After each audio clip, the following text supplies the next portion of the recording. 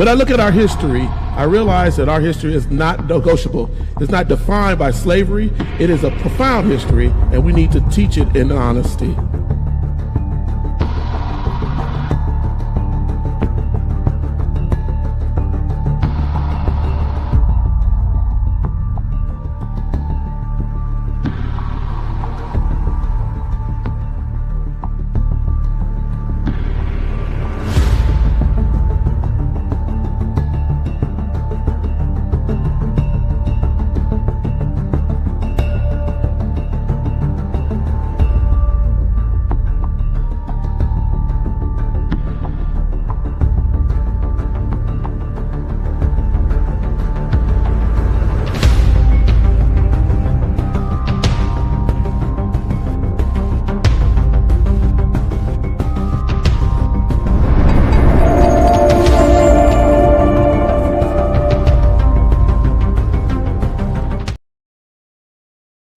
Good evening, everybody. Good evening. Welcome back to the Erudition Network Interactive Black History Session.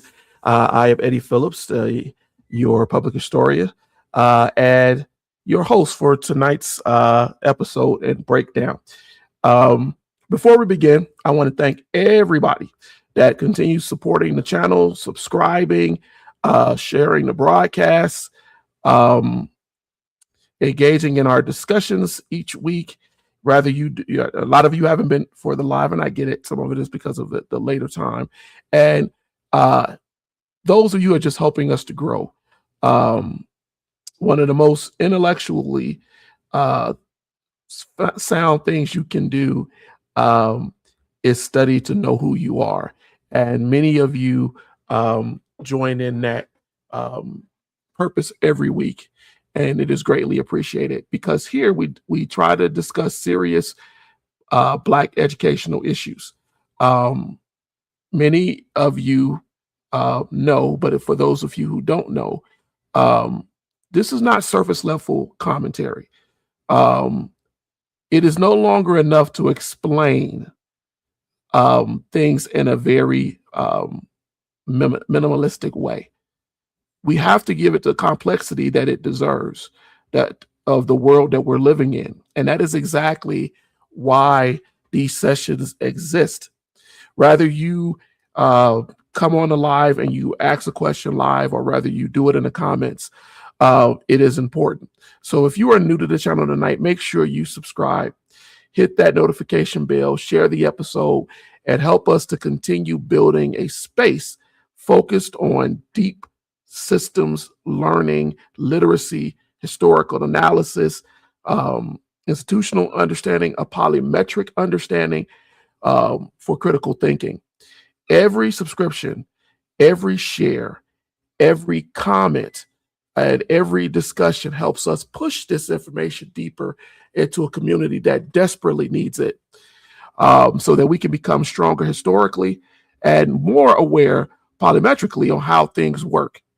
Now, tonight, we're not going to simply discuss redistricting, even though that is the title that I use, and that is the biggest talking point in the media today. We're not just going to discuss political parties or typical news cycle pundit stuff. We are examining something much deeper.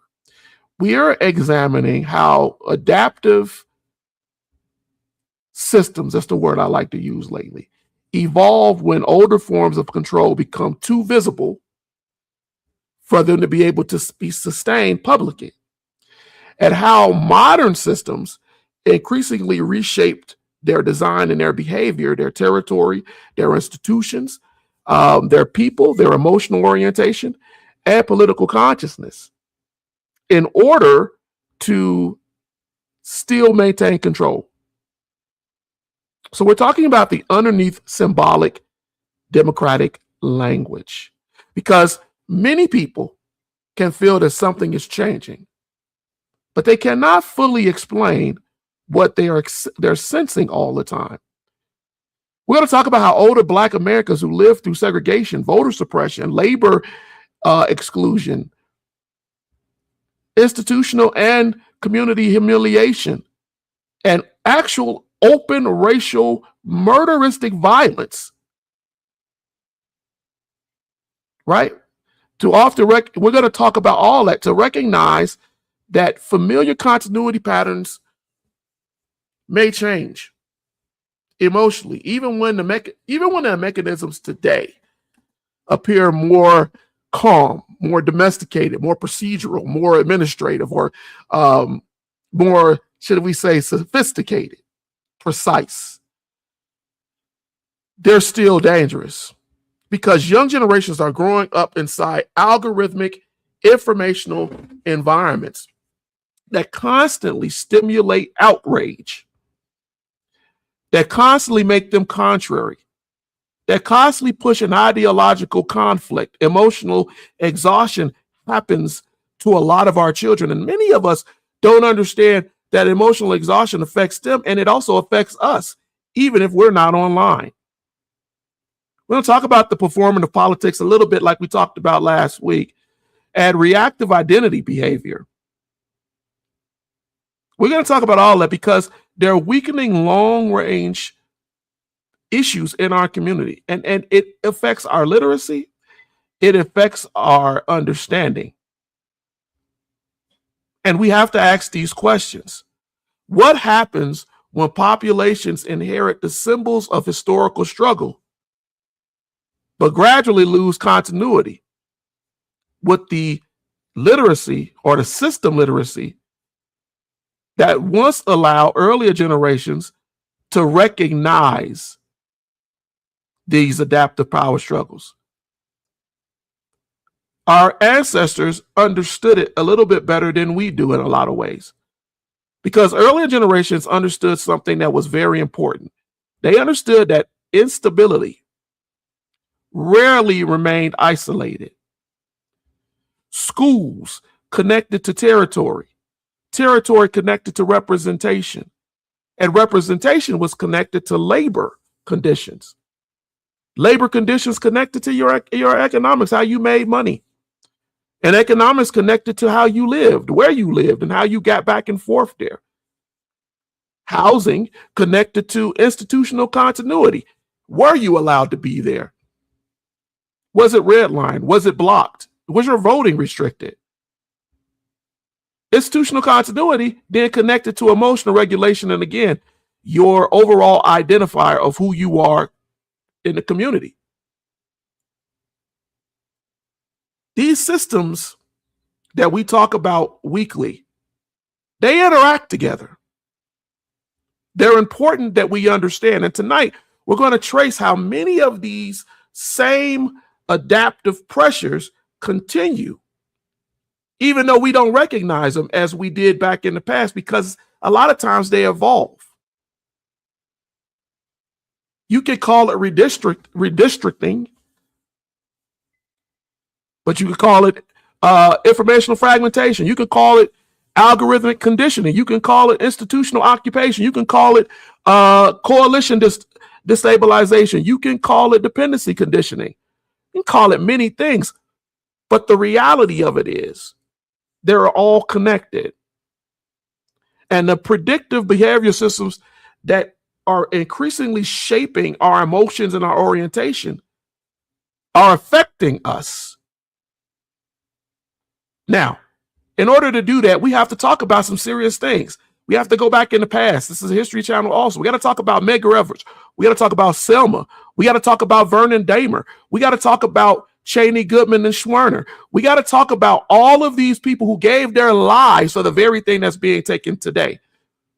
We got to talk about Malcolm X and Dr. King, not as simplified symbolic figures, not as people who we just mentioned, but as thinkers who increasingly understood and tried to warn us about systems adaptation, about how coalition instability, institutional vulnerability, all these things are dangerous for us. We're also going to examine something many people are afraid to discuss. And I put this in my notes.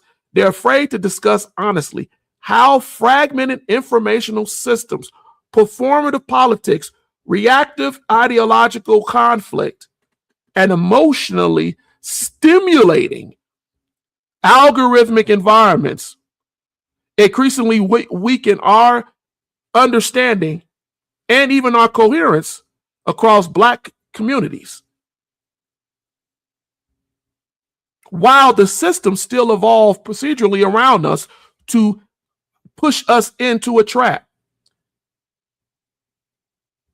Now, I don't want you to just be basic. This episode is not ultimately about fear mongering. It's not about making you afraid. It's not about conspiracy theories. It's about system recognition. It's about proven factual understanding of how adaptive systems evolve historically, how populations become fragmented behaviorally. Tonight, that's how deep we're going. So if you're here to hear a talking head, a pundit, you're in the wrong place. If any of those terms sound confusing for you, you're probably in the wrong place. Good to see you. Thank you for joining us. Many people will scroll right into a conversation just to hear conflict. That's not really what we're about. That's not what we're here for. We're here to talk about something that is real, that is necessary. And in order to start that, in order to really, really break that out, we got to start with our memory, right? We got to start with our memory. We have to understand how we got here. And more importantly, we have to understand how we remember things. What happens when a people continue remembering the imagery of struggle and how they struggle while slowly losing continuity with the systems knowledge that once allowed them to survive and even struggle daily?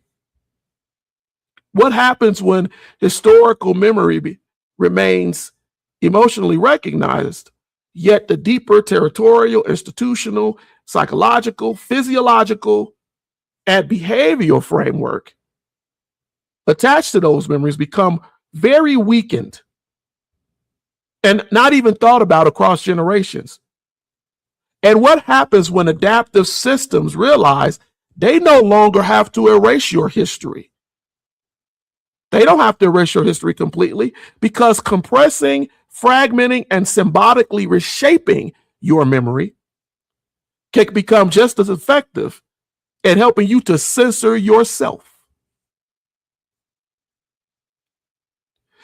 To understand modern redistricting battles properly, we have to understand the systems do not battle over laws. Let me say that again. Systems don't battle over laws. They don't battle over elections, court rulings, or territory. Systems battle over continuity itself. They battle over whether populations retain enough historical systems literacy to recognize how their power should be recognized each generation. They battle over whether your memory remains behavioral, conditional, and how it becomes eventually emotionally symbolic to you, so that then you start acting a certain way because you've systemically been pushed into that way of thinking. This is where the Kisraeli concept of Sasha and Zamani that I've talked about in books and talked about in other programs is extremely important. Within parts of East Africa, this is philosophical thought. Sasha refers to history, the realm of those who we know historically, who are in our living memory. The immediate social and interactive environment where history remains behaviorally active, because we have direct testimony. We have institutional continuity. We have people who have lived through it. In church, whether you want to call it or not, we have ritual repetition, territorial familiarity. We have intergenerational transmission between the grandparents and the grandchildren. This is lived experience. Sasha is important because we currently kind of live in it. When you go talk to your grandparents, the Zamani refers to a deeper ancestral reservoir where memory gradually moves away, and it leaves an indirect living continuity. Where we could talk about Booker T. Washington, Frederick Douglass, Benjamin Banneker, Harriet Tubman, all these different people that in history, they become part of a larger historical consciousness, a larger historical ancestral memory. Now you say, well, why does that matter? That distinction matters because historical memory changes once populations stop experiencing systems directly and begin inheriting those systems primarily through symbolic representation. You can read about slavery, but you didn't live in slavery. There are people who lived through Selma. There was a time, and it's passing away, that Selma existed very well inside the Sasha. But as people get older, as our grandparents, aunties, uncles, people who were in the struggle, as they pass, it starts to move into the symbolic, the Zamani.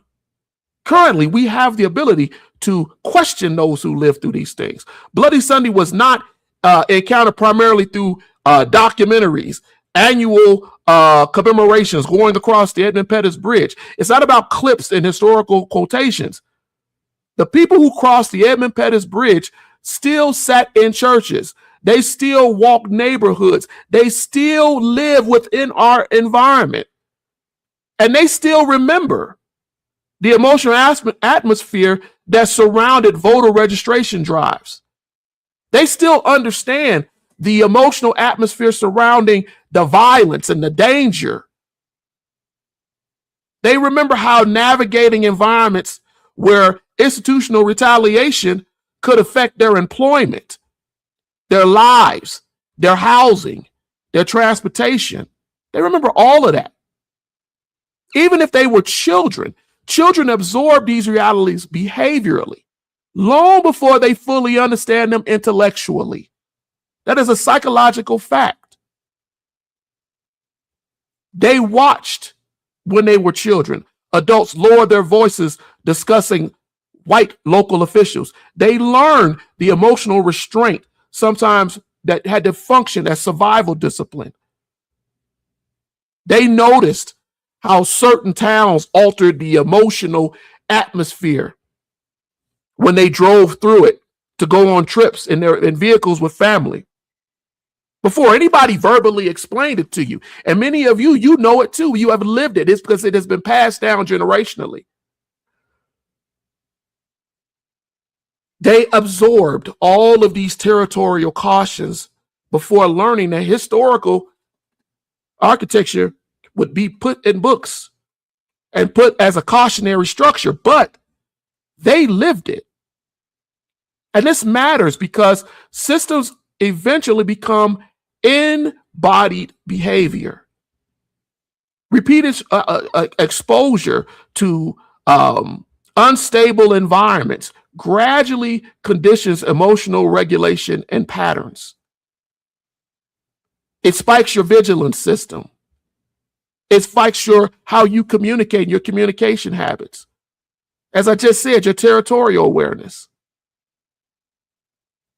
This process connects directly to environmental stress conditions. And environmental stress conditions have to be talked about because they refer to the gradual psychological, and I will even tell you, physiological behavior adaptation. Populations develop this after prolonged exposure to violence, instability, unpredictability, humiliation, institutional distrust. And once environmental stress conditions become culturally embedded, communities frequently begin transmitting adaptation behaviorally They do this through migration stories, through how they talk to us, through warnings, through our parental and grandparent warnings. They're verbalizing the structure and the origins of it consistently in story. This is the reason why earlier generations often understood systems more holistically than many of us today, when we talk about political issues and discussions that are going on now. Voting was never experienced merely as a symbolic participation, as many of us kind of phrase it now. Territory was never experienced merely as geography. Institutional control was never experienced merely as administration, not with earlier generations. People understood that behaviorally that territory affected school systems, as I told you earlier. School systems affected labor opportunity. Labor opportunity could affect housing stability. Housing stability affected family continuity. Family continuity affected institutional concentration. Institutional concentration affected whether communities possessed enough leverage to protect themselves politically with their vote. That's why it's important. That's why people fought for it. Because if you could do that politically, that affects your economics, that affects your psychology, that affects your territory over time. The system was experienced as a living environment. This becomes critically important because adaptive systems evolve historically. Once visible domination becomes publicly legitimized or delegitimized, it is adapted. It's affected. It's an adaptive thing where you have to adapt to it. Earlier systems frequently relied on openly visible violent coercion. They beat you down. They burned down your house. They kicked your family out of the community, out of the state. Segregation signs were everywhere. Poll taxes were visible. Lynchings were visible. White primaries were visible, where they were wagging in your face that you couldn't vote for where you live. That visibility itself reinforced behavioral conditions. Because see, when the environment constantly reminded you that you're not a part of the population in power, it affects your mind, body, and spirit. Modern adaptive systems increasingly function a little bit differently. Administration abstraction, territorial fragmentation, judicial reinterpretation. I spoke on all this earlier. Information overload, algorithmic conditioning. All of these things exist because they all evolved. The appearance evolves while strategic function adapts. That's where we are. That's why we can't think of this as a one-level thing. And this is where our memory becomes, and our memory compression becomes extremely dangerous.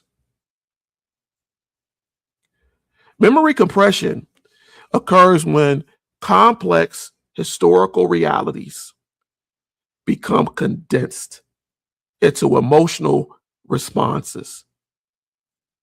Things that are emotionally recognizable, but operationally simplified symbolic forms, detached from the actual deeper, more aggressive system continuity.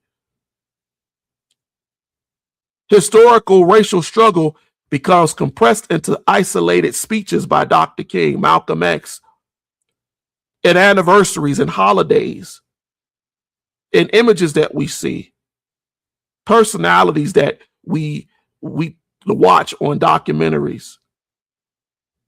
It's emotional digestive narrative. And it's done so that while the institution, the territory, the economics and the behavior and the the organizational racist system surrounding those struggles. They are gradually weakened in the public understanding. That's why you could have congressmen who would say that the black family was together during segregation. The audience may emotionally recognize Selma while lacking the system's literacy and the surrounding territorial and concentrated issues, the voter dilution, the judicial restructuring, and all of those things that went in well before Selma, the March in Selma. They can recognize MLK symbolically while remaining disconnected from the organizational discipline, the emotional restraint that he had to use so that people didn't get beat again, the emotional regulation systems, the territorial coordination. You can forget all of those things that went into making that march and focus only on the things that documentaries and movies point out to us. And this process creates something that is called historical disassociation.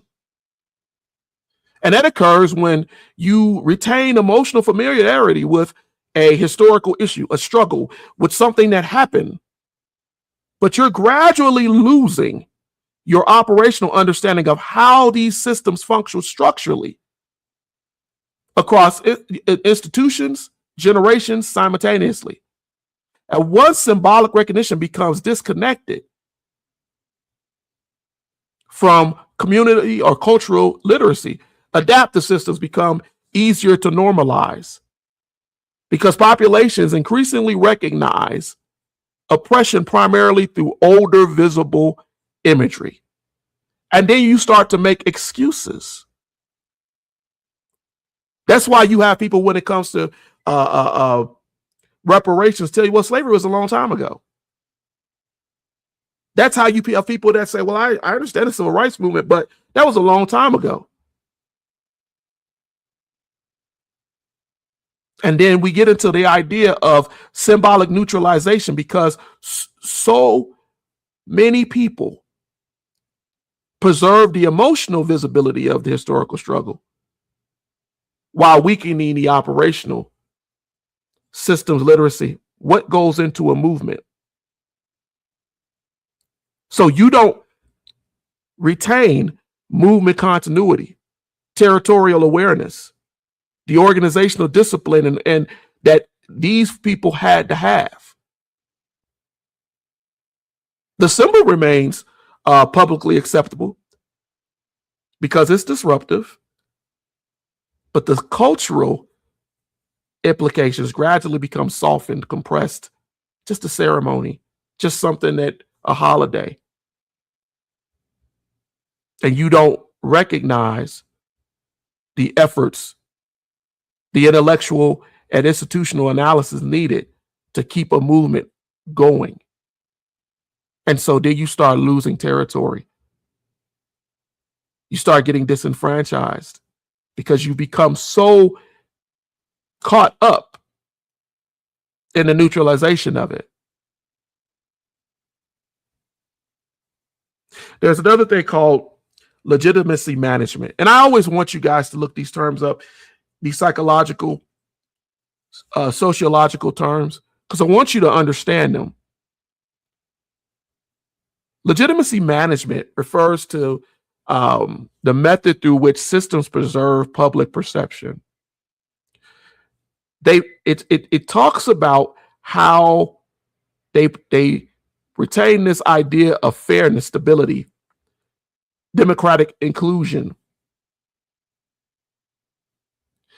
even while adaptive structural inequalities continue evolving around you and underneath you. Procedural language and institutional complexity and all of these different things that you saw with the Supreme Court. And see, modern systems frequently maintain this symbolic, inclusive speaking while redistributing, while attacking people's vulnerability. And they do this administratively through territorial restructuring, institutional fragmentation, educational instability. Because if you're too ignorant to understand what we're doing, if you don't know, and if we cut the heads off of organizations, which they did in the late 60s and in the 70s, and they can also use something called information overload, where they give you so much stuff that has nothing to do with what you're talking about that you lose sight. And if you look at what that does to you psychologically, when populations inherit symbolic familiarity without operational continuity, all those things I talked about earlier, what happens is you continue to honor the resistance while you gradually lose your own strategic literacy, understanding of institutions, territory, economics, media systems. The civil rights movement, when they understood how to use the media systems, you lose coalition structures. You no longer have SNCC and SCLC and all of the and NAACP working together. You lose emotional regulation systems that can keep you from attacking people and getting violent, that will only push down your efforts. These emotional regulation systems become especially important because institutions such as churches, neighborhoods, watches, family structures, traditions in the community, in organizing spaces, historically, they tried to keep it nonviolent. And they help populations regulate and understand not only how to operate in a fearful environment, a murderous environment, but how to regulate that fear collectively, how to stabilize their emotions collectively and environmentally, while somehow keeping social cohesion and maintaining coordinated behaviors that allowed them to be successful, even when it was a violent time. But when these systems are weakened long enough, fragmentation happens and it deepens. It deepens recursively throughout generations. It's something we have to be aware of. This process often contributes to identity destabilization. And this is something that is huge for our community. Identity destabilization occurs when populations experience weakening of who they are, of the continuity surrounding their collective memory. They don't know their history. They lose institutional trust in their churches, in their family, in everything, in their territorial belonging. Even in their historical orientation. I saw a video with a young man telling someone, we hate Africans too, because y'all enslaved us too, not knowing the full story. Under identity destabilization, populations frequently become more vulnerable to symbolic manipulation, what we just talked about. You become more vulnerable to algorithmic fragmentation, what we see on TikTok, YouTube, and social media. You become more vulnerable to performative conflict, the talking heads that tell you stupid things about your voting and everything else. You get more involved in emotional tribalism that tells you to follow what someone said without doing the research yourself. Then you lose and start having these external shaped identity narratives of masculinity and everything else, because now you tell yourself, I won't vote for a Black woman because you don't see her as a part of your community.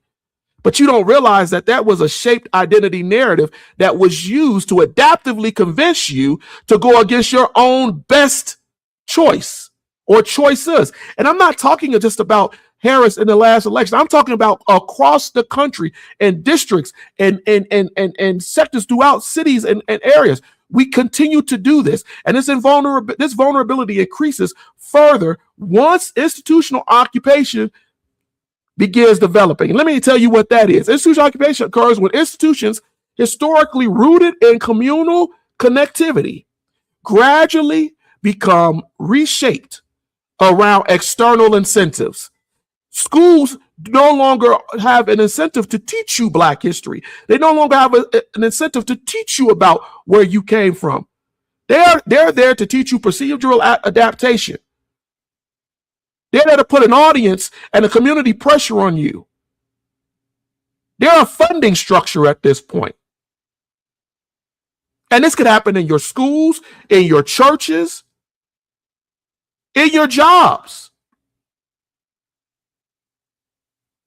Now, the institutions can continue existing symbolic understanding. Like we'll recognize Dr. King, we'll recognize Harriet Tubman, while gradually you're losing operational continuity because behavior, the way it's doing underneath the surface, is controlling you. This is a deeper conversation. Now ask yourself this question carefully. What happens when populations inherit the imagery of resistance, right? Fist, while gradually losing continuity with their territorial awareness, with how they their emotional regulation systems, how they learn to work through those emotions without institutional literacy, which is what we just talked about. They don't understand how movements work.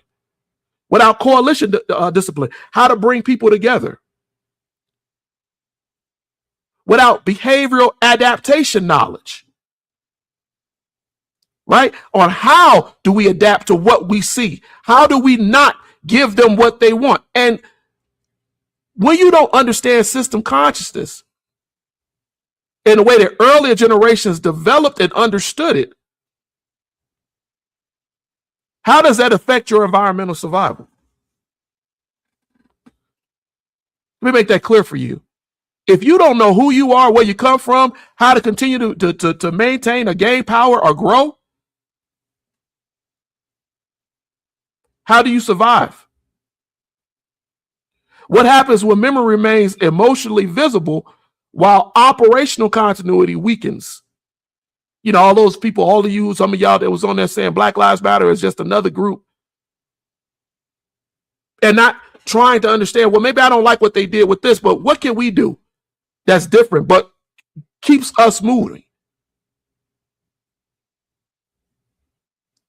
Because see, once you weaken recursively across institutions, communities, territories, families, churches, you've already lost. And the danger extends from beyond historical misunderstanding. Because once populations inherit symbolic familiarity without system coherence, without adapting to the systems, because, you know, it's far more easier to normalize symbolic ideas than procedural ideas. Fragmentation deepens quietly. Institutions continually weaken gradually. And your emotional exhaustion increases because you don't know why it's happening this way. Your strategic and your movement literacy declines. That's why you can have laws taken from under you. And then many of us, you and us, we all get into this idea, how do we fight this? Because we've been so steeped in the memory and the Zumani, and we haven't embraced the Sashin. That is why redistricting cannot be understood narrowly as a disagreement over electoral maps alone. The struggle ultimately concerns continuity, because continuity affects memory, memory affects identity, identity affects coordination. Coordination affects institutional leverage. If you don't have institutional leverage, you can't affect territorial stability.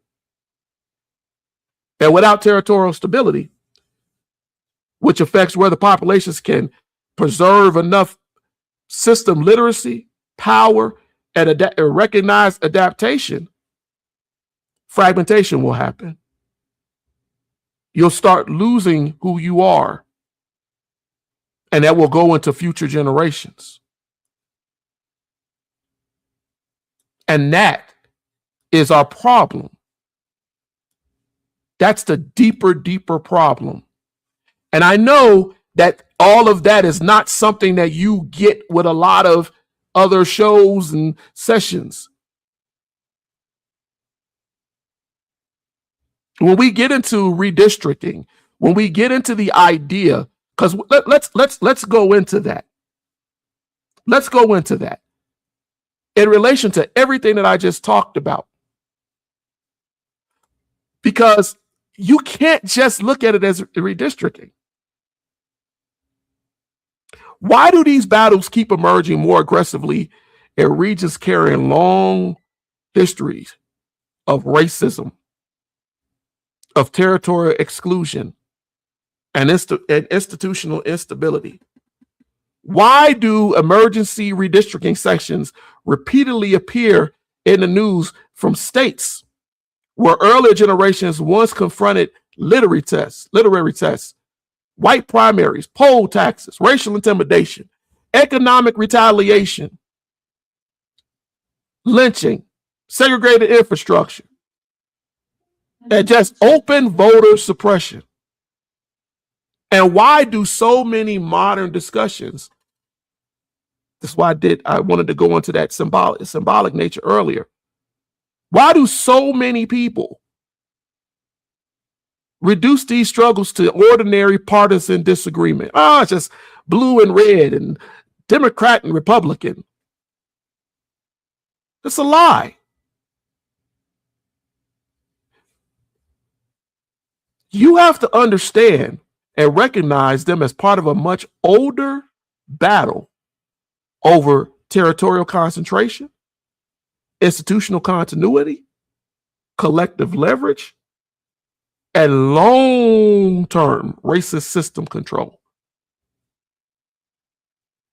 In order to even address that, we have to first understand that adaptive systems rarely disappear simply because their earlier forms became publicly discredited.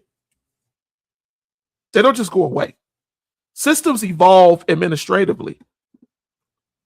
Once visible domination becomes politically expensive, what's the country, because let's understand something. Slavery didn't end because they thought it was bad. Slavery ended because it had to end in order for the country to continue.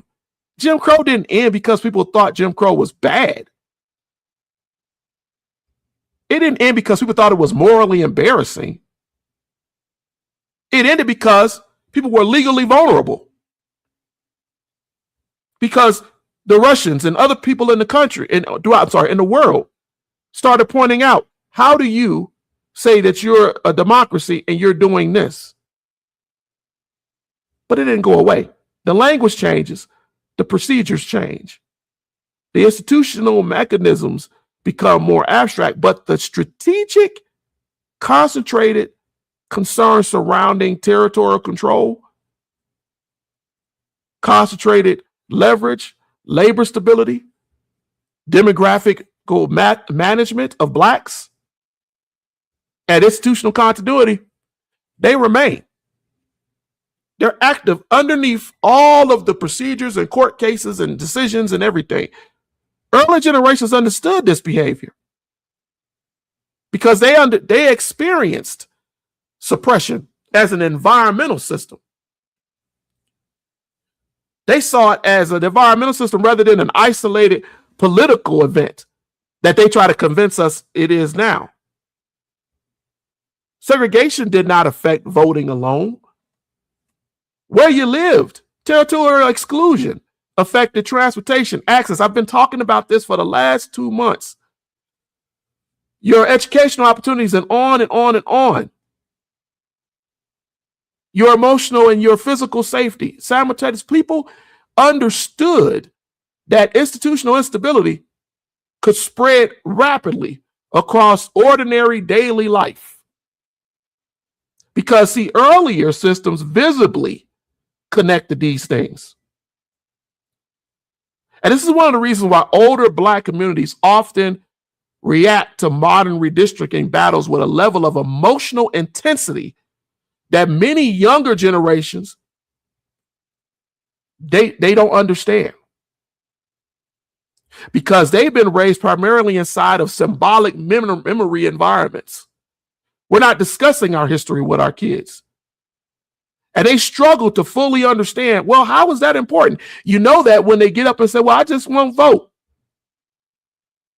Earlier generations learned through direct environmental experience that territory affects institutional concentration. I just broke that down for you. Institutional concentration affects resource distribution, and how resource distribution affects whether communities possess enough power, leverage to stabilize their schools, to get good books in their schools, to get good businesses in their communities, stabilize their churches, their transportation systems, et cetera, et cetera. The map was never just a map. The right to vote was never just a right to vote. These are important things for us to understand. Territory shaped whether communities could maintain enough concentrated power continuity to preserve all of those things. This becomes critically important because increasingly function through administrative abstraction. They do that rather than openly visible exclusion. They use neutral language, court orders.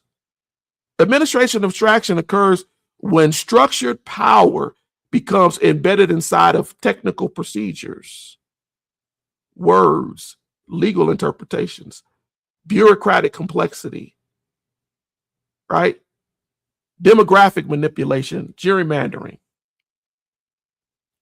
judicial restructuring, and on and on.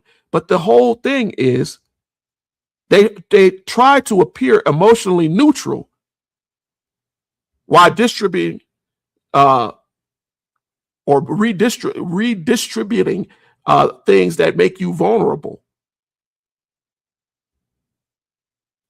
It's not just that your district line shifts. It's not just that a judicial standard changed. It's not just that a representational formula gerrymandering was reinterpreted. It's none of that.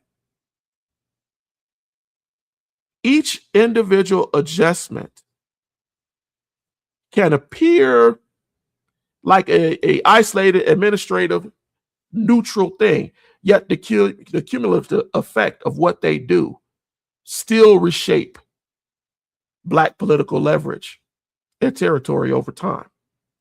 Still has the purpose. And this is precisely why vote dilution matters structurally. Even when formal voting access remains symbolically visible. We talked about this last week. Vote dilution occurs when populations technically retain their ability to vote while losing concentrated representation on the map. And that influence, as I just said, affects a lot of things. It's not just demographic redistribution. It's not just packing or cracking.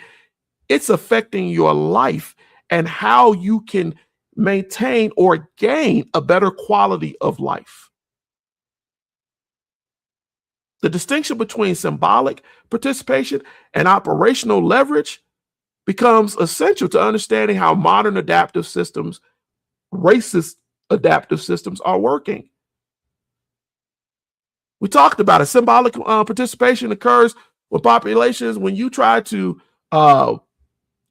retain visible forms of inclusion publicly, while the practical effect of what you're doing or what you have becomes increasingly weakened structurally underneath. Your vote in a district that is swamped with white voters becomes less important. A community, and this is why I spent that time earlier talking about that symbolic. A community may remain symbolically included while gradually losing their concentrated institutional influence. Because we're so worried about the symbolism and who was and who what, and we don't understand how they maintained it or how they gained it.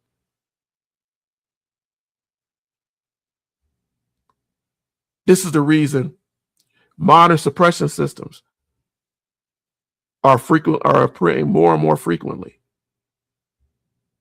Psychologically, they're there to confuse. And they do a good job of confusing a lot more than earlier systems did. See, early segregationist structures often announced themselves openly. They called you the N-word and they told you couldn't vote. Modern systems increasingly preserve symbolic democratic language.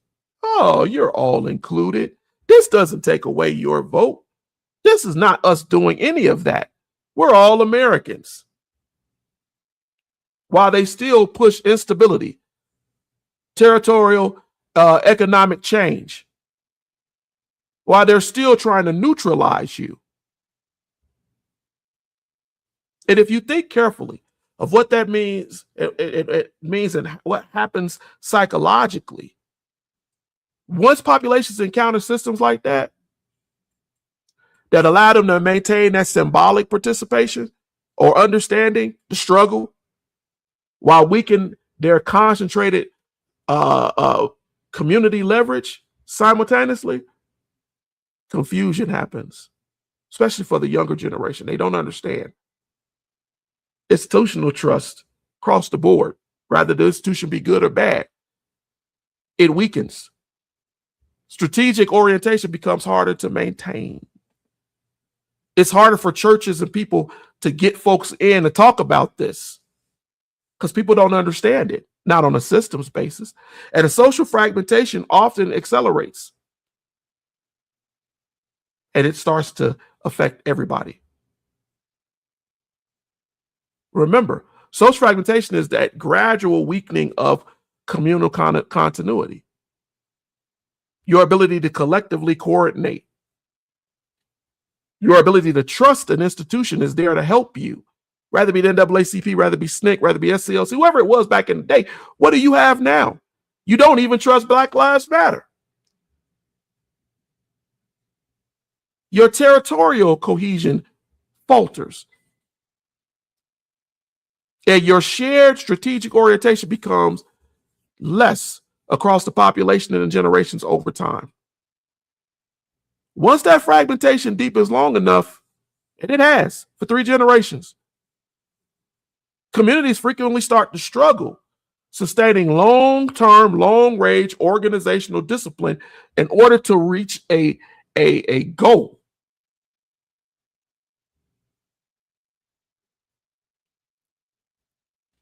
Institutional participation that has been disconnected won't survive. And this becomes increasingly dangerous once coalition destabilization begins emerging. And again, that's just another word to say that populations that used to be capable of generating collective leverage become increasingly fragmented politically.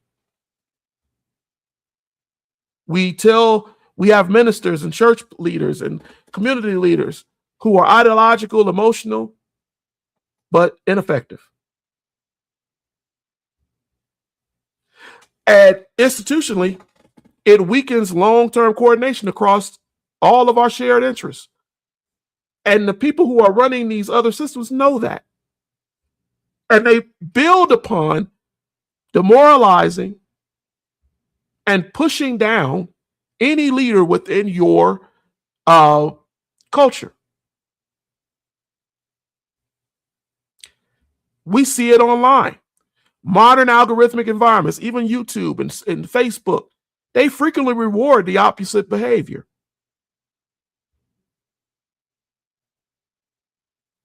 Having an emotional, absolute attitude spreads rapidly. Performative, sellout conflicts spreads rapidly. Humiliation culture, telling Black women that they ain't anything, that they nasty, they dirty, they're not good, spreads rapidly. Symbolic, without a purpose, without a focus, without a destination, tribal conflict spreads rapidly. But long-term coalition maintenance, it requires emotional regulation, something we talked about earlier. It requires strategic patience. It requires you to work into a system, even if you don't fully trust it, in order to create institutional trust. It requires this in order to be effective. And how do you make it ineffective? You destroy it. This is one reason why we are in this contrary reality that we're in.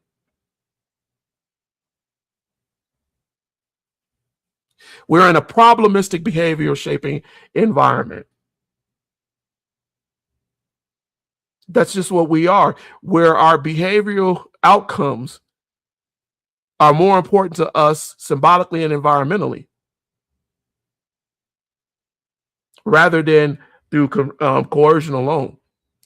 Modern systems often do not require universal obedience. They don't require you to agree with them and to join them or openly, visibly fight against them. They don't care. Why? Because they create information, economic, territorial, instructional, and psychological conditions. One of my sons told me the other day that he kept getting bombarded online by a entity that's not even a real school, right? In order to create a psychological condition that gradually increased fragmentation. They create these organizations. People go speak at colleges, they go speak at rallies, and they do all of that. And they exhaust you. They create the confusion, the instability that grows the system while you're exhausted. And once enough fragmentation accumulates, what happens? Cultures frequently begin reducing their involvement. They also begin to reproduce destabilization themselves behaviorally.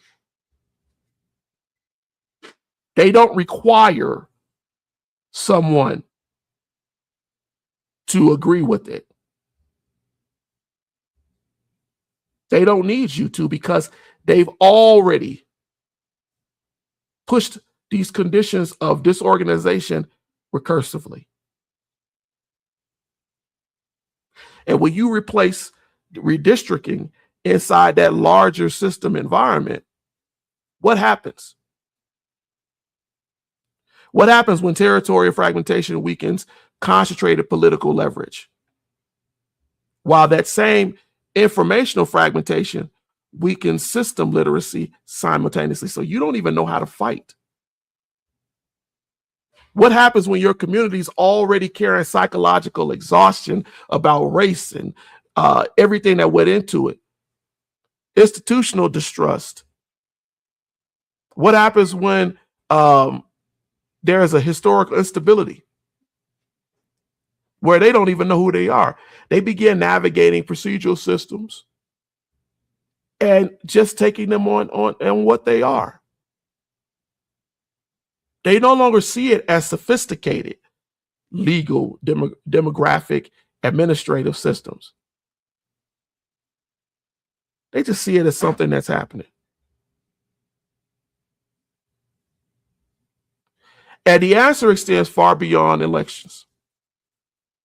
The answer to all of that is far beyond all of that. Because that weakened territorial connectivity is more attached to institutional continuity and connectivity.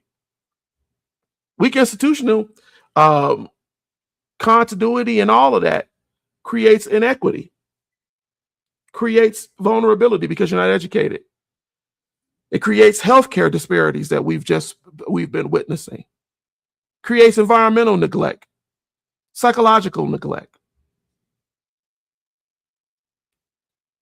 And we see that in all of our communities. And we say to ourselves, well, there are reasons. Well, I'm giving you the reasons. Chronic instability creates stress adaptation, emotional exhaustion. We talked about it last week, allostatic load that affects you both physically and mentally.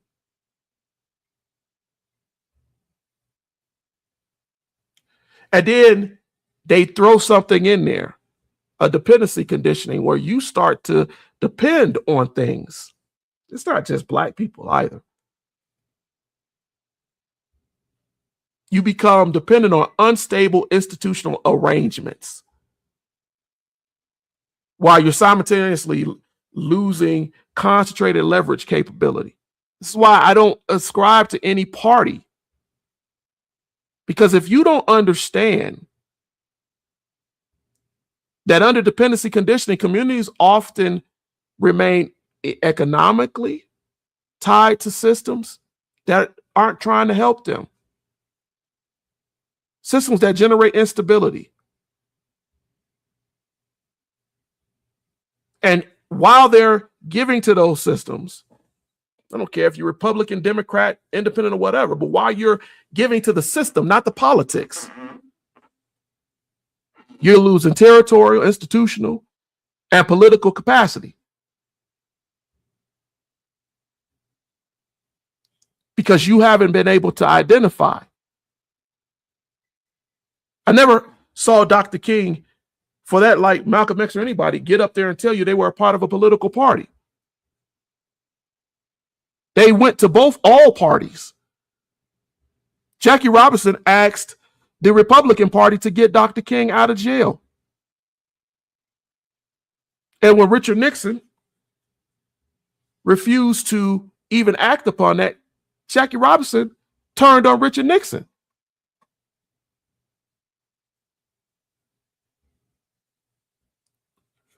You have to understand that while you're out here arguing these points, where are you arguing them from?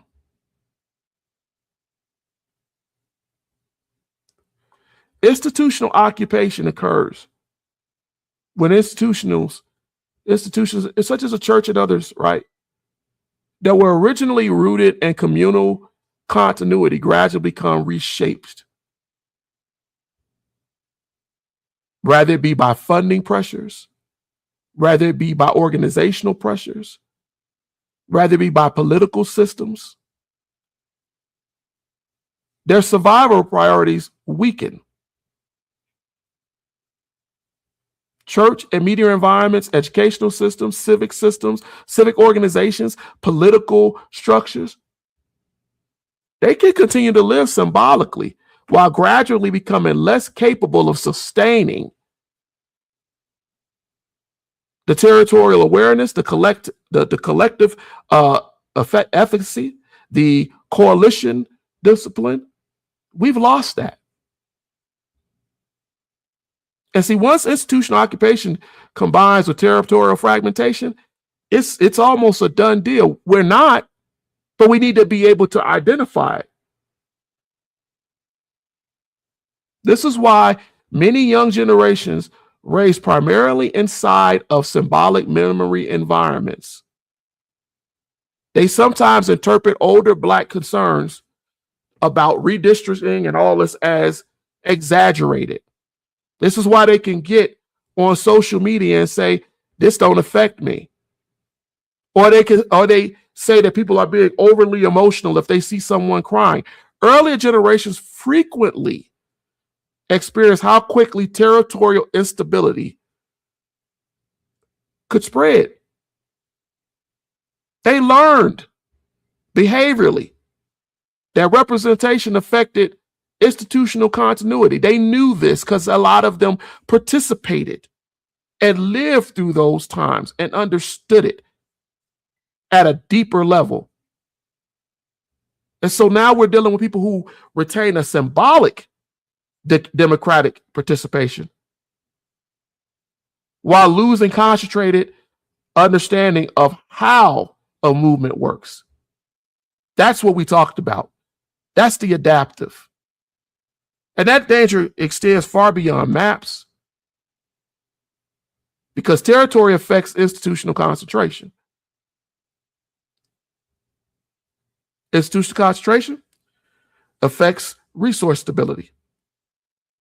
If you don't have resource stability, that affects your communal continuity. Your communal continuity affects your coalition strength.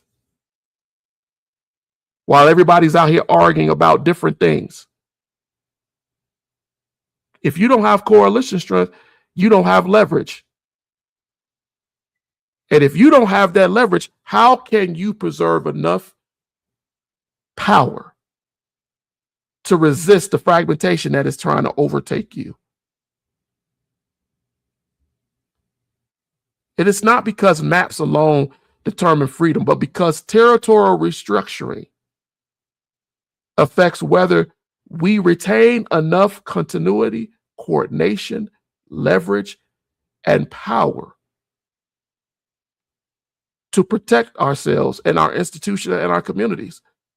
Once these adaptive systems evolve beyond earlier forms of suppression that were more open, more violent, more structured. I know a lot of people get frustrated with a lot of that. And they go, Eddie, well, that's just, it's so much. But let me tell you something about symbolics.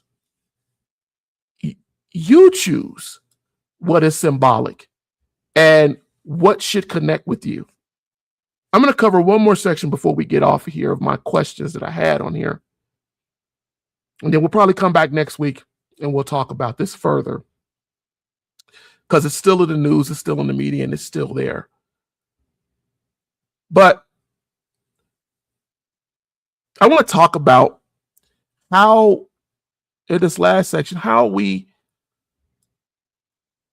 do with these things. What happens when societies continue celebrating historical movements publicly, right? We celebrate all of these leaders and things that they accomplished while we gradually disconnect those movements from deeper systems. While we don't look at them analytically.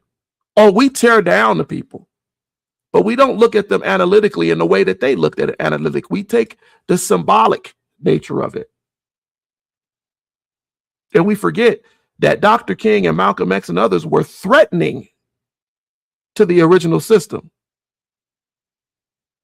What happens when we just pass on emotionally recognizable symbols of resistance, right? While losing continuity with the organizational discipline, awareness, coalition,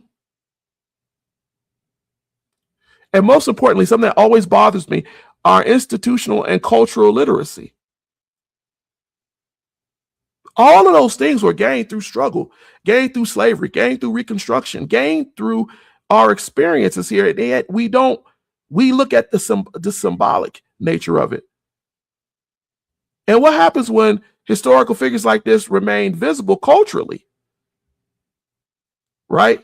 While the operational implications of their later political evolution becomes hidden, compressed, softened, and a lot of times neutralized.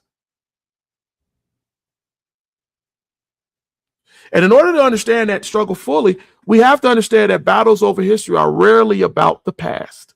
I've said this many times. Historical memory shapes present systems and how we see them and our literacy of them. It shapes whether populations can recognize how these powers adapt structurally across generations. It shapes whether the communities inherit operational control and continuity or merely a symbolic familiarity with what went on in the past. And that's detached from a deeper institutional understanding. And we have to ask that because this becomes important when examining people like Dr. King or Malcolm X. Because if we were to give an actual, not the crap that I'm hearing on social media, if we were to look at it deeper, right? If we were to actually look at how they transformed before their deaths, because both of them moved toward multi-domain system analysis, kind of what I'm doing with you tonight. Before their deaths, they approached it from a polymathic identity. Yet, in the modern interpretation of them, we're often presented with them as emotionally simplified, symbolic men.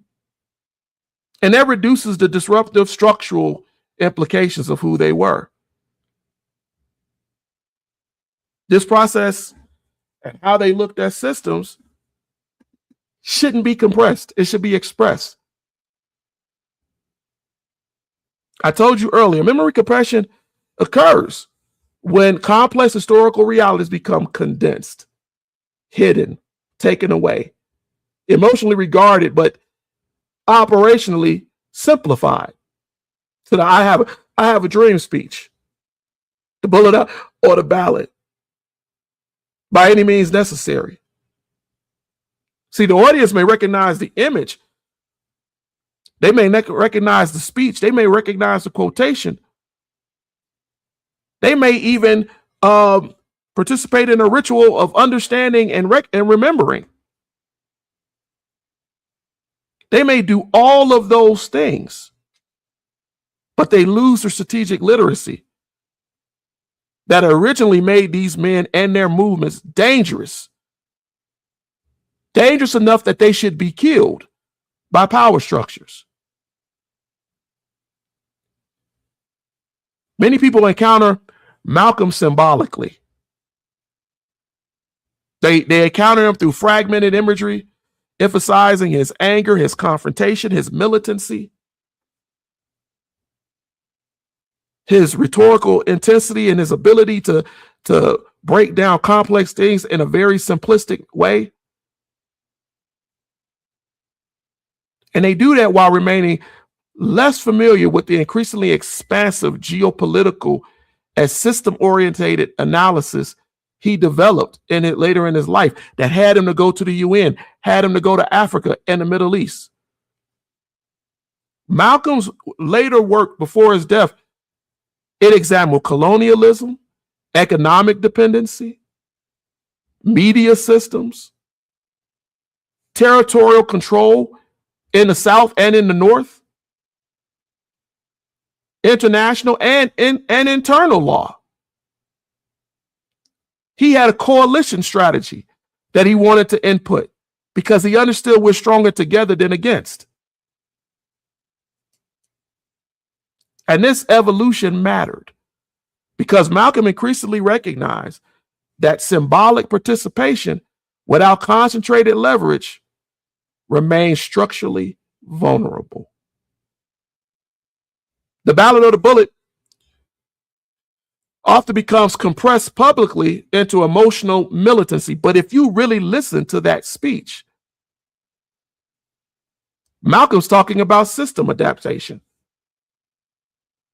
He understood that populations could participate symbolically inside a political system while still lacking concentrated institutional leverage, territory, economic coordination, and all of the things that I spoke of earlier. And this distinction becomes critical when examining modern redistricting battles. Because see, here's the thing. Symbolic participation frequently overlaps with legitimacy management. Legitimacy management happens when systems preserve public perception of fairness. I told you that earlier. They want to keep neutral language. But at the same time, underneath, they're attacking your vulnerability. And this is one of the reasons why Malcolm later, his later analysis became increasingly dangerous to the power structure. And I'm not talking about Black power. I'm saying to the power structure as a whole. He was no longer examining just racism, pointing out the racist, merely as a person and doing something hostile. He was examining adaptive systems' power. And I learned from him. He increasingly recognized that media systems shape perception, that territorial concentration affects political leverage, that economics and your dependency on things limit strategic flexibility. He understood that coalition fragmentation weakens your resistance, and that the symbiotic visibility without operational continuity and control makes you easier to control and attack over time, over generations. But he wasn't the only one. While you sit there talking about the Dr. King I Have a Dream speech, think about the evolution. And there are those who have. This is why there's a attack on Martin Luther King Jr. But you have to look at the careful evolution of him. Modern public memory often preserves Dr. King through the safest symbolic ways that they can to share his work, but not his full work. See, the imagery of harmony remains publicly celebrated. The moral character, the moral language remains publicly celebrated. The idea of him having a dream is publicly celebrated. The idea of content of their character is morally elevated. Yet the later systems analysis Dr. King increasingly developed in his writing surrounding militarism, labor exploitation, poverty, economic extraction, northern segregation, and inequality across the entire world frequently receives very little coverage. And what that does is that creates another form of memory that compresses it.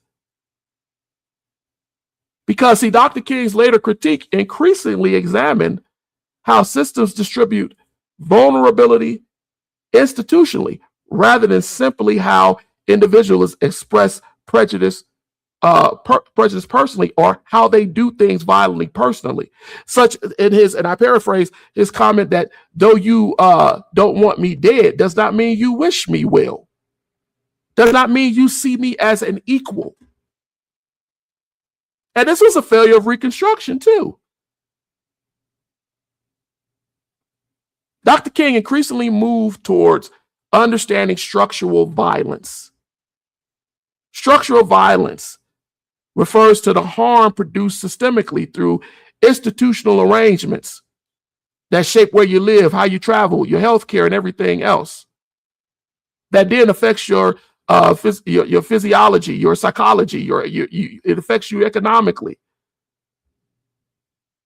He understood that it was deeper than just race. And this is precisely where modern adaptive systems become more difficult for populations to recognize. Earlier systems often announced themselves visibly. They told you you were not wanted. Modern systems increasingly preserve symbiotic inclusion while redistributing instability underneath. And if you think carefully about what happens when populations inherit Dr. King and Malcolm's symbiotic understanding, while losing continuity with the deeper systems literacy that they tried to teach us, we become weaker. Historical structure may remain emotionally recognizable, while at the same time weakening your operational continuity. Movements may remain culturally visible, while institutional strategy is weakened over time. We've seen that. Even with the NAACP and other groups, we've seen it. We do not adapt, we die. Symbolic inspiration may survive. You will know these organizations, but the coalition discipline weakens. Who are they helping? How are they coming together? Are they even a threat anymore? And once coalition destabilization begins deepening across generations, populations frequently don't care. They hear the name, they recognize it from history books, but they don't care. That coalition destabilization that weakens coordinated political power is deep, and it is something that is affecting us. That's why they can redistrict. That's why they don't feel challenged. The coordination requires emotional regulation systems. It requires you to not get overly mad, to not get caught up in your emotions, and to see something as a logical way to attack it and to counter it and to beat it. It refers to the institutional, communal, ritual, behavioral, the relational structure that allows you to stabilize your fear, regulate your emotional escalation and your anger, maintain the discipline that Dr. King put out in his core values. Not just nonviolent, but to preserve your morale, to sustain, coordinate long-term identifiers and goals. That's why a lot of it started in the church movements, in the meetings. That's why I was in the songs. That's why I was in the testimonies. That's why it was a communal ritual, but now it has become something that we can't even identify with. Those things allowed us to emotionally regulate and to focus our attention on where it needed to be. And when that symbolic historical memory is stripped from us, but we just hold on to the ceremonial, we're going to fail. I'm not telling you that the symbol doesn't remain emotionally powerful. It can. But the discipline sustaining that symbol is just as important, because it creates profound strategic opportunity. That's how you fight. This separate crabs in the barrel issue that we're having, it just makes us vulnerable. And the vulnerability increases further once, and we're doing that now, symbolic neutralization starts to occur. So initially, we were holding on to those symbols. Now you see people attacking Dr. King, attacking historical Black figures over and over again online, and creating stories that have no proof, no fact, no evidence. But see, you've already weakened the system literacy. Now you take the symbol away. See, Malcolm may remain visually and culturally important, and his warnings may be something that people will pick up on. But if you don't understand the coalition strategy, the system adaptation, you're just celebrating the man. You're not understanding why he was who he was. Dr. King may be visually and culturally important, but you don't understand his critiques and his thoughts on militarism, poverty, structural violence. And once that symbolic neutralization deepens long enough, history shows that populations began recognizing oppression primarily through older visible imagery. The Zumani, they look at that. They don't see it as something affecting them right now.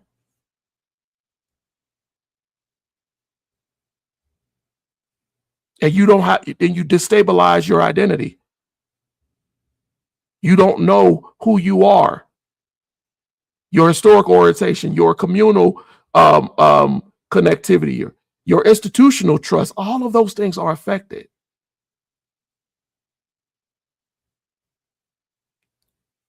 We combine these things in systems. We put the identity destabilization along with the idea of institutional occupation. And that is historically rooted in communal procedures and how we adapt to those procedures, audience management, and all of those different things. Institutions may continue existing symbolically while becoming less capable of sustaining power. I've said that many times throughout this episode because it becomes critically important, because both Malcolm and Dr. King increasingly understood that systems power cannot be confronted emotionally, not emotionally alone. You have to be strategic. You have to be wise. Both men talked about systems consciousness. Both men were increasingly recognizing the territory, the labor systems, and that's why both men were killed. And this is exactly why modern adaptive systems benefit from historical compression, in which they hide or push away these things and we don't know it. Because populations inheriting symbolic familiarity, names without purpose, they are emotionally in the fight while remaining institutionally vulnerable. And if you think about what that means for the present moment, as I get ready to close tonight, what happens with communities facing redistricting battles, judicial restructuring, informational fragmentation, psychological exhaustion, territorial instability, and institutional weakening? When all of that is going on and they don't understand Malcolm or Dr. King's primary thought focus on systems and how these systems work, and they're only compressed into symbolic imagery, what does that do for this generation and the generations that come after? What happens when these historical figures remain emotionally inspirational while the things that made them inspirational are stripped and later analysis is weakened? And we only talk about the behavior or who they were or the person, but we don't see the structures and the things they built that engaged the system so much that people felt they had to die. Because see, once populations lose continuity with the deeper systems consciousness that earlier generations, I said this earlier, developed through lived struggle, adaptation and evolution becomes far easier to normalize procedurally, even in our own community. People start making excuses because fragmentation deepens, coalition disciplines weaken, and because that institutional continuity erodes, emotional exhaustion, stress increases. And when you stress, you definitely are trying to learn movement or strategic literacy disciplines. You're not trying to understand that, so that declines. And you can gradually become disconnected, not only from your historical memory and connectivity to who you are, but from the operational knowledge that is necessary to fight these adaptive systems effectively across time. This is why I tell people, and I've said this many times on Erudition, people like Malcolm X and Dr. King, it was never only about civil rights. It was about the overall system, and they understood it as they came toward the ends of their life. The deeper struggle concerned rather future generations would inherit enough systems knowledge and consciousness and understanding to recognize how power evolves structurally once it's visibly identified. And I'm going to tell you, we haven't gotten there.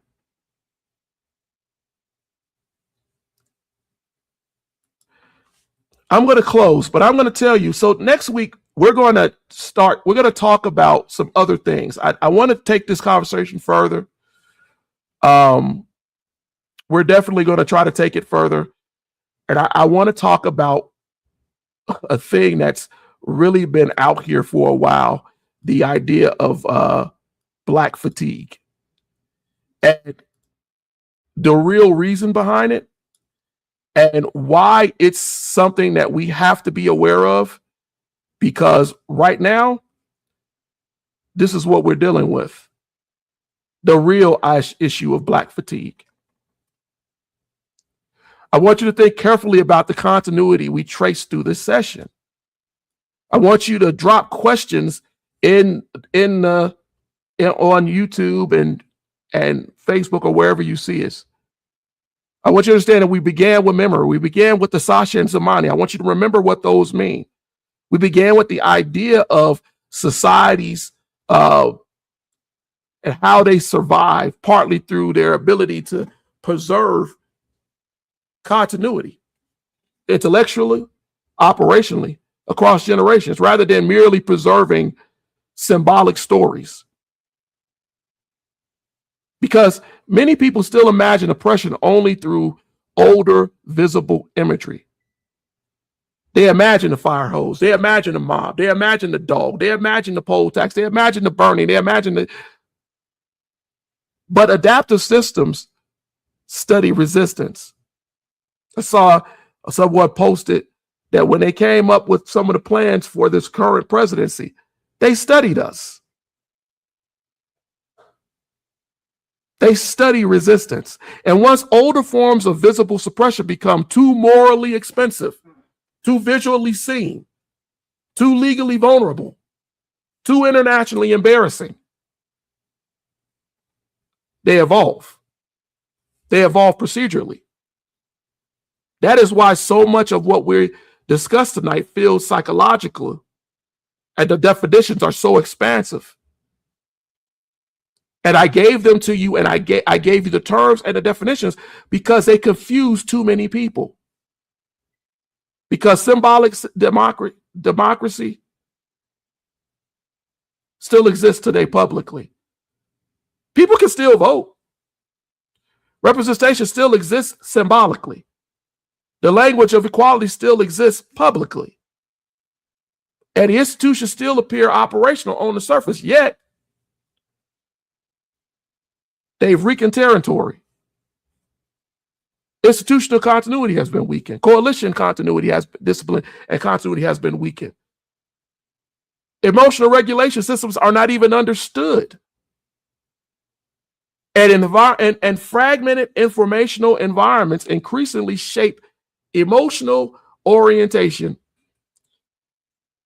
right underneath the surface. And we're not aware of it. And once populations begin navigating these environments dominated by spectacle saturation in your algorithms, emotional flooding, algorithmic conditions, we're going to talk about that next week, audience capture, lies, fallacies, narrative fragmentation, and reactive ideological conflict stimulation. People no longer experience politics primarily through their news or their culture or their neighborhood or even their system and movement literacy. They experience politics emotionally and reactively. And they react in a way that is based on their emotion that will send them off in the wrong direction.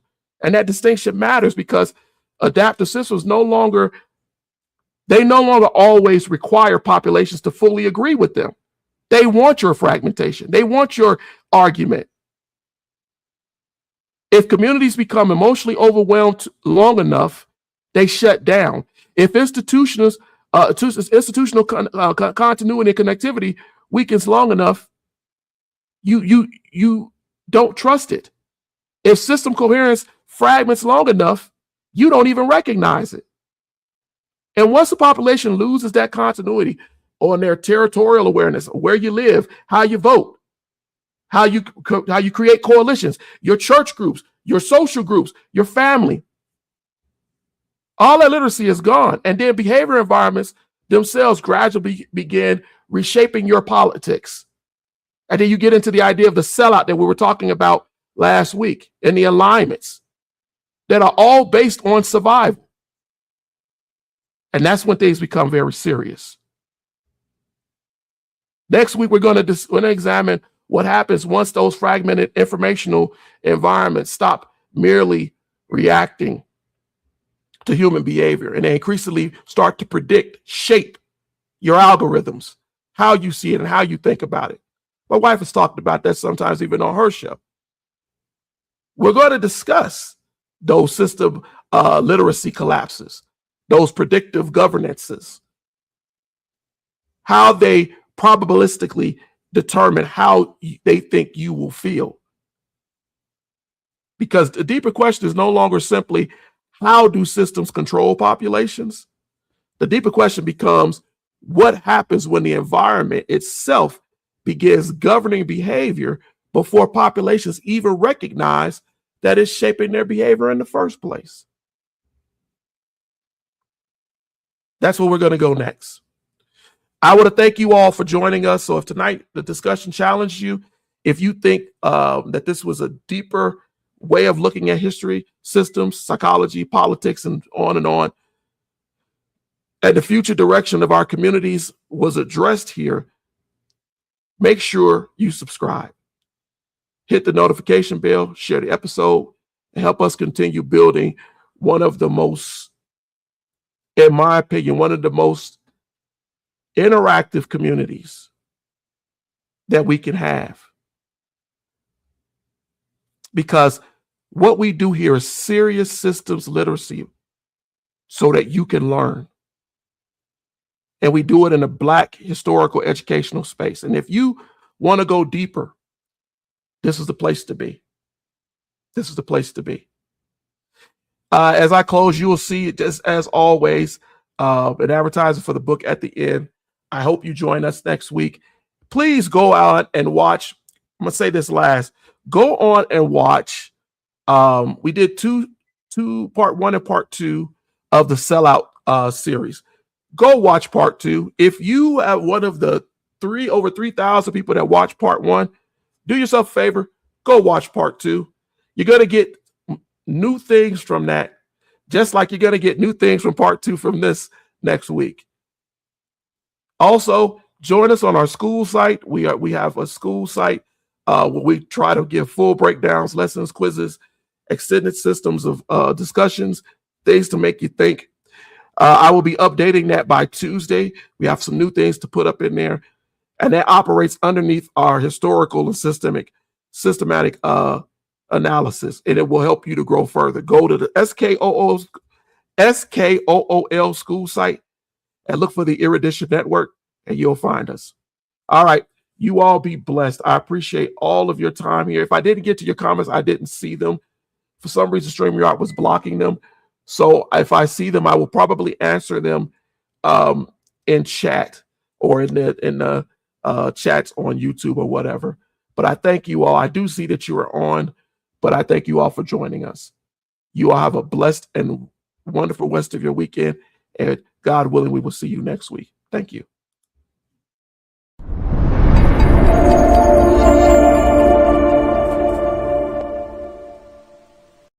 From Eddie K. Phillips, founder of the Erudition Network, comes 101 Black History Questions, a groundbreaking book that challenges what you thought you knew and uncovers the stories history tried to hide. Perfect for classrooms, families, and curious minds. Get the digital copy today on Amazon.